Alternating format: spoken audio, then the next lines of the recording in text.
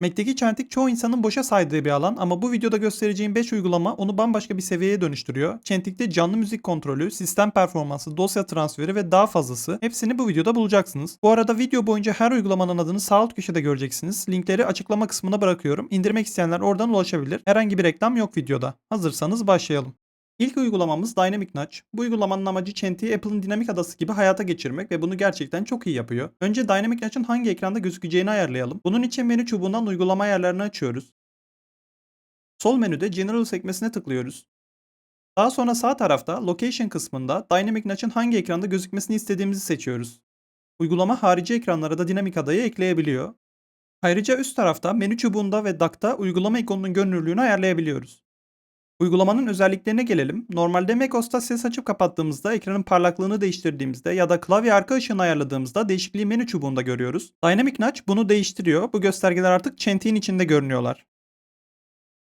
Ekran kaydı veya müzik çaldığınızda çentikte bunu görebiliyorsunuz. Şu anda ekran kaydı alıyorum ve video oynatılıyor aynı anda. Ekran kaydının çentikte görünmeme sebebi ekran kaydının öncelik olarak şu anda oynatılıyor özelliğinden daha aşağılarda olması. Bunun ayarını Nudge sekmesinde ayarlıyoruz. Bu kısımda aktivitelere öncelik puanı veriyoruz. Yüksek puanlı olanların önceliği daha fazla oluyor. Yani diyelim aynı anda ekran kaydı alıyorsunuz ve müzik çalıyor. Hangisinin önceliği daha yüksekse çentikte o görünüyor. Örneğin şu anda oynatılıyorun önceliğini azaltıyorum ve ekran kaydının önceliğini artırıyorum. Gördüğünüz gibi şu anda çentikte kayıt alındığı gösteriliyor sadece.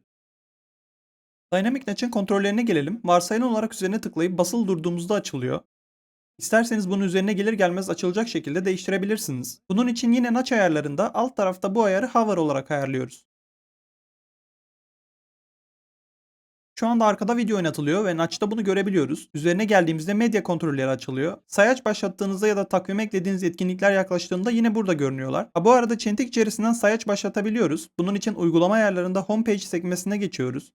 Timer özelliğini çift tıklayıp ilk sıraya taşıyoruz.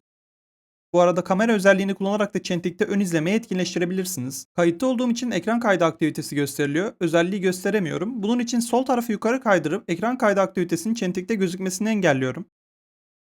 Şimdi çentiğe gittiğimde sayaç başlatabiliyorum. Bir diğer özellik de sürükle bırak özelliği. Bu özellik sayesinde bir ya da birden fazla dosyayı ya da klasörü tutup çentiğe bırakabiliyoruz. Burada 3 farklı seçenek çıkıyor. AirDrop'u zaten biliyorsunuz. Tray kısmında dosyayı daha sonra tekrar kullanmak için bekletebiliyoruz.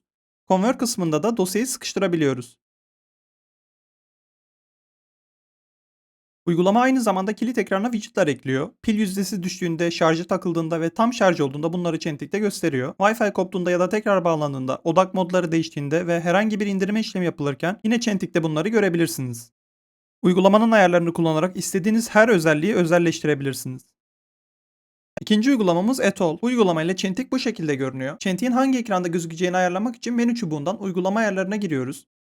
Genel sekmesinde sağ tarafta tüm ekranlarda göster ayarını ya da belirli bir ekranda göster ayarını kullanabilirsiniz. Ayrıca bu uygulamada çentiğin boyutunu ve görünüşünü de değiştirebiliyoruz. Bu ayarları genel sekmesinde alt tarafta çentik yüksekliği ve çentik davranışı bölümlerinde bulabilirsiniz. Şimdi özelliklerine gelelim. Mouse imlecini üzerine getirince çentik direkt genişliyor. Bu kısımda birden fazla seçenek var. Bunlara sayfa da diyebiliriz bence. İlk sayfa ana sayfa olarak geçiyor. İkinci sayfa Dynamic Notch uygulamasındaki gibi dosyaları sürükleyip bırakabileceğiniz alan. Dosya ya da klasörleri sürükleyip çentiğe geldiğinizde direkt bu kısım açılıyor. Üçüncü sayfada sayaç başlatabiliyoruz. Pomodoro tekniğiyle çalışıyorsanız sizin için yararlı olabilir. Dördüncü sayfada CPU, RAM ve GPU kullanımlarını görebiliyoruz. Normalde ben bunun için Stats uygulamasını kullanıyordum. Son sayfada da terminali görüyoruz. Ayrıca uygulamanın pano özelliği de var. Yani kopyaladığınız metin ve görsellere tekrar erişebilirsiniz. Bu özelliği bu butona tıklayarak kullanabilirsiniz.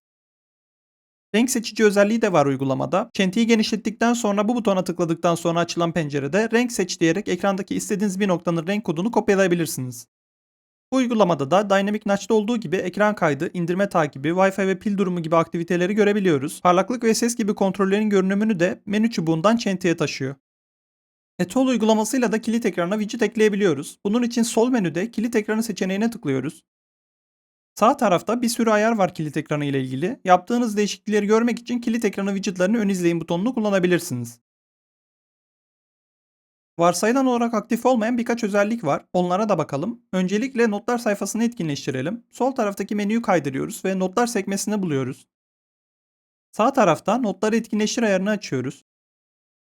Özelliği açtıktan sonra çentiye geldiğimizde buraya yeni bir sayfa eklendiğini göreceksiniz. Bu sayfada yeni not oluşturabilirsiniz. Bir diğer özelliğimiz de ekran asistanı. Bu özellik sayesinde dosya ve görüntülerinizi analiz edebilen yapay zeka asistanınız oluyor. Özellik için Gemini kullanılıyor ama etkinleştirmek için API anahtarına ihtiyacınız var. Üçüncü uygulamamızın adı Boring Nudge. Bu uygulama video içerisinde bahsettiğim ve bahsedeceğim diğer uygulamalara göre GitHub üzerinde en bilindik olanı. 9600 yıldızı var. Şu ana kadar anlattığım uygulamalara göre daha hafif bir uygulama. Varsayılan ayarlarla görünümü bu şekilde. Hangi ekranda görüneceğini ayarlamak için ayarları açıyoruz. Genel sekmesinde bu ayarları kullanarak hangi ekranlarda çalışmasını istediğinizi seçebilirsiniz. Yüksekliğini ve davranışlarını da Nudge Sizing ve çentik davranışı kısımlarında ayarlayabilirsiniz. Özelliklerine gelelim. Mouse imleciyle çentiğe geldiğimizde direkt genişliyor. Etol uygulamasında olduğu gibi. Burada iki farklı sayfa var. İlk sayfa bu gördüğünüz medya kontrolü sayfası. Diğeri de sürükle bırakla dosya ve klasörleri koyabildiğimiz sayfa. Bu uygulamada varsayılan haliyle tüm özellikler kapalı geliyor neredeyse. Kamera ön izlemesi ve takvim gibi özellikleri uygulama ayarlarından açmamız gerekiyor. Bunun için ayarlarda takvim sekmesine geliyoruz ve sağ taraftan özelliği etkinleştiriyoruz. Kamera için belirme sekmesinde alt tarafta aynayı aktifleştir ayarını açıyoruz. Tekrar çentiye geldiğimizde takvimi görebiliyoruz gördüğünüz gibi. Kamera için de bu butonu kullanabilirsiniz. Önceki iki uygulamada parlaklık ve ses gibi kontrollerin çentiye otomatik taşındığını görmüştük. Bu uygulamada bunun için yine bir ayar açmamız gerekiyor. Sol tarafta bu sekmeye tıklıyoruz. Daha sonra sağda Replace System HUD ayarını açıyoruz.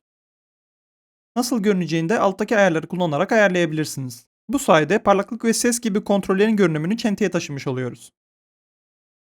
Dördüncü uygulama Nudge Drop. Bu uygulamanın sadece ücretsiz özelliklerine bakacağız. Uygulama açılır açılmaz çentiğin görünümü bu şekilde oluyor. Sol tarafta tarihi, sağ tarafta saati görüyoruz. Üzerine geldiğimizde dosyalar ve pano sekmelerini görüyoruz. Sağ tarafta bu butonu kullanarak seçtiğiniz alanın ekran görüntüsünü alabilirsiniz.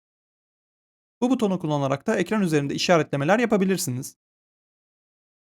Uygulama diğer sekmeler için üyelik istiyor. Ücretli sekmelerin görünmesini istemezseniz bunları gizleyebiliyoruz. Bunun için uygulama ayarlarını açıyoruz.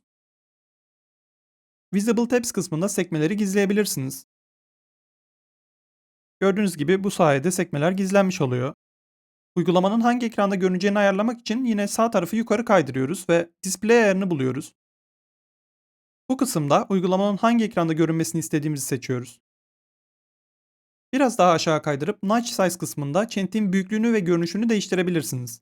Bu uygulamanın tek bir görevi var. Dosyaları bir yerden bir yere hızlıca taşımak. Masa üstüne dosya bırakmak yerine artık çentiye bırakıyorsunuz. Finder'dan veya masa üstünden bir dosyayı alıp çentiye sürüklediğinizde Nudge Drop devreye giriyor. Dosyayı geçici olarak orada bekletiyor ve istediğiniz zaman başka bir uygulamaya, e-postaya veya mesaja bırakabiliyorsunuz. Beşinci ve son uygulamamız TapNudge. Bu uygulamanın olayı biraz farklı. Çentiyi verimli hale getirmek yerine tamamen yok ediyor. Eğer çentiyi sevmiyorsanız bu uygulamayı kullanabilirsiniz. Uygulamayı kullanmak için menü çubuğunda uygulama simgesine tıklıyoruz. Açılan menüde uygulamayı etkinleştiriyoruz. Böylece TapNudge menü barını tamamen siyah yapıyor ve çentik görünmez hale geliyor. Tam ekran uygulamalarla çalışıyormuş gibi ekran çentiksiz görünüyor. Uygulamanın birkaç ayarı var, onlara gelelim. macOS gün içinde duvar kağıdını otomatik değiştiriyorsa, yani sabah açık akşam koyu, uygulama üst şeridi buna göre otomatik uyduruyor. Gündüz açık renkli duvar kağıdına geçince şerit de açılıyor, akşam koyulaşınca siyah oluyor. Bu ayarla da TapNudge ekranın üst iki köşesine gerçek bir kavis ekliyor. Bunu açınca ekran daha premium görünüyor, sanki çerçeve yok gibi. Bu sayede bu uygulamayı da tamamlamış olduk. Bu videoda gördüğünüz 5 uygulamanın linklerini açıklama kısmına bırakıyorum. Hangisini deneyeceğinizi yorumlara yazın. Videoyu izlediğiniz için teşekkürler. Yararlı bulduysanız videoyu beğenmeyi ve kanalıma abone olmayı unutmayın.